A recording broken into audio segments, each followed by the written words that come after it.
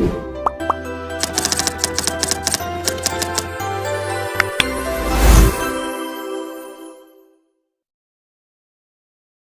fantastic and great day to everyone, and definitely a warm welcome to our presentation. First and foremost, allow us to introduce ourselves. My name is Carlo Garcia Marcos. My name is Jenna Adventurado. My name is Kate Ann Moralia. My name is Ashley Joy Parking. I am Jelji Queen Carlos.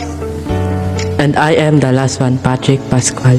And we are the Group 1. Water pollution is the topic of our presentation today.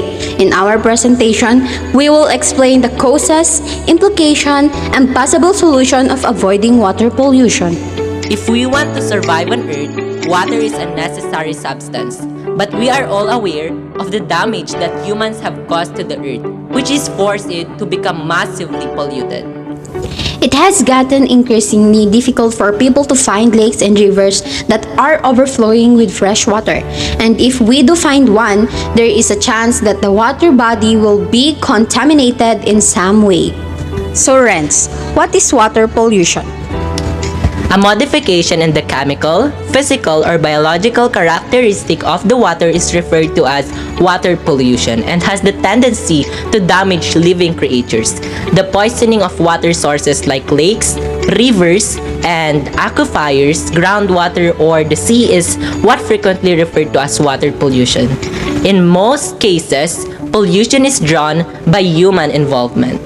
There are various causes of water pollution, including wastewater or sewage, dumping, oil pollution, acid rain, and the last one is industrial waste. We will discuss it one by one. The first one is wastewater or sewage. Waste from residents, businesses, and farm is thrown away into rivers and lakes. This waste may be in the form of sewage, garbage, or liquid waste. These waste toxic compounds have ability to affect aquatic life. The next one is dumping. Most bodies of water are turned into trash dumps by the adjacent communities.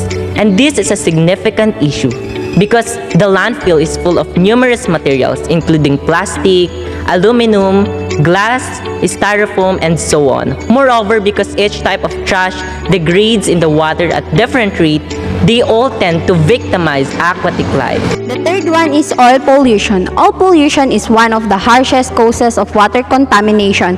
This is due to the fact that oil spills from tankers and other ships frequently leave a thick layer of oil in the air above seas and oceans. Additionally, because oil doesn't decompose, the sludge is continuous.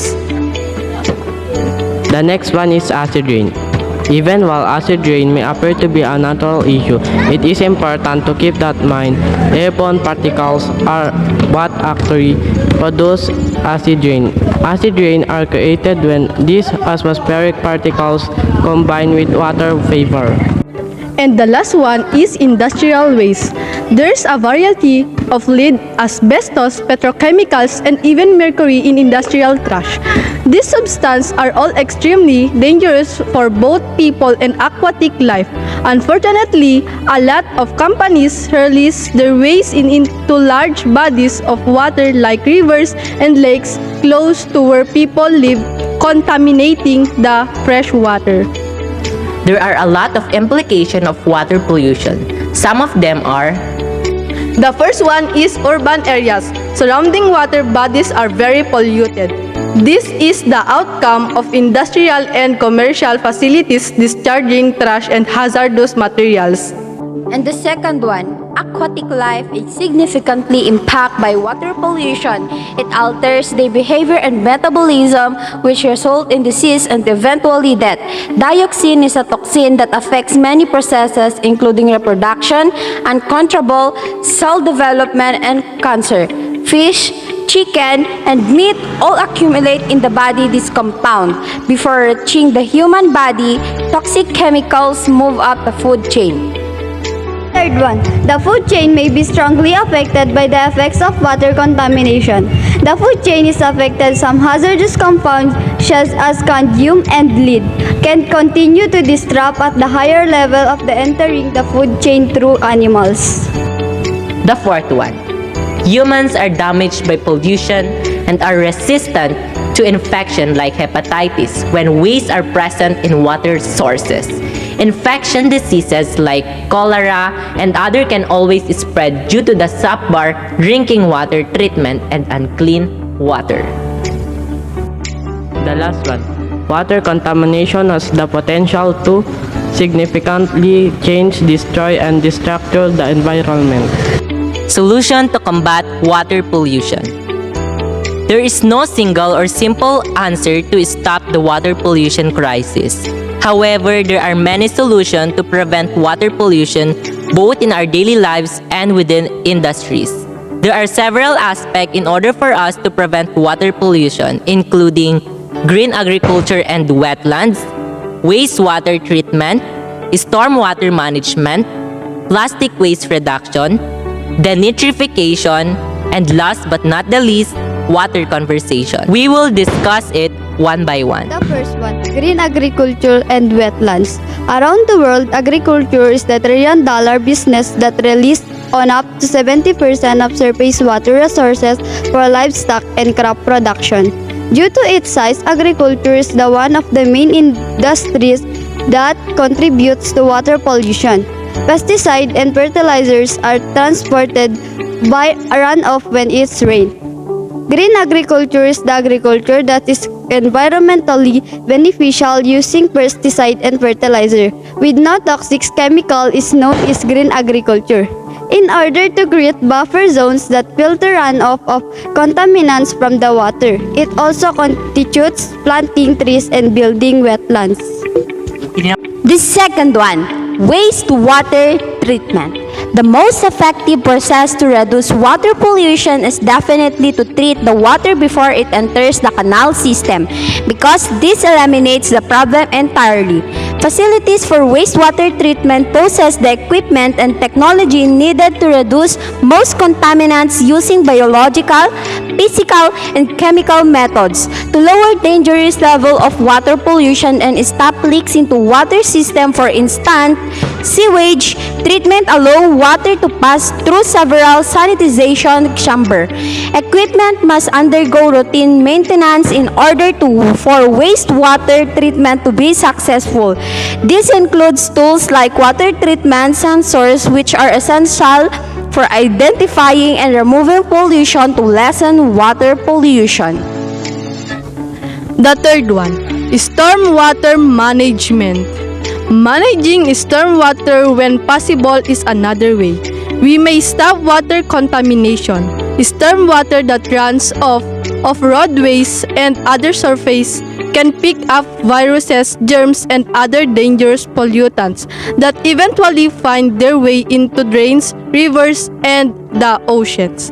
Reverse osmosis, advanced oxidation, and sand filtering are some of the methods used to treat and manage stormwater. The fourth one, plastic waste reduction. Plastic debris frequently finds its way into the ocean and other bodies of water, which ultimately degrades the quality of the water. There needs to be a significant decrease in the estimated 9 to 12 million tons of plastic that enters the ocean annually if we seek to prevent further damage to the ocean's water quality. Plastic is utilized in a wide range of products that people use on a daily basis, including everything from clothes to other items around the home. In addition to water bottles, it is advised that you avoid using plastic whenever possible to help limit the quantity of plastic garbage that enters the environment. Find alternative to plastic straws, cutlery, and bottles whenever you use plastic. Make sure that you recycle.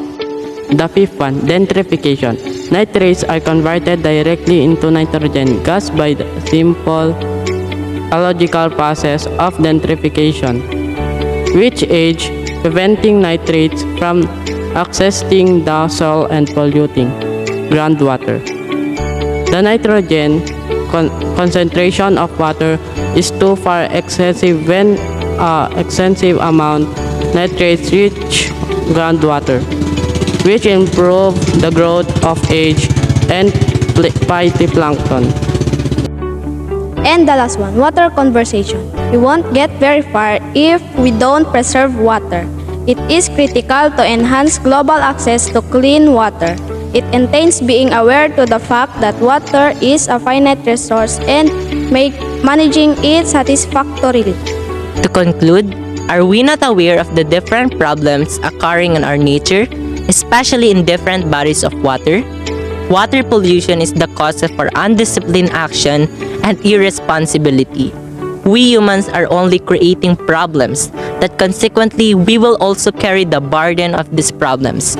We all know that water pollution can affect our health badly and seriously.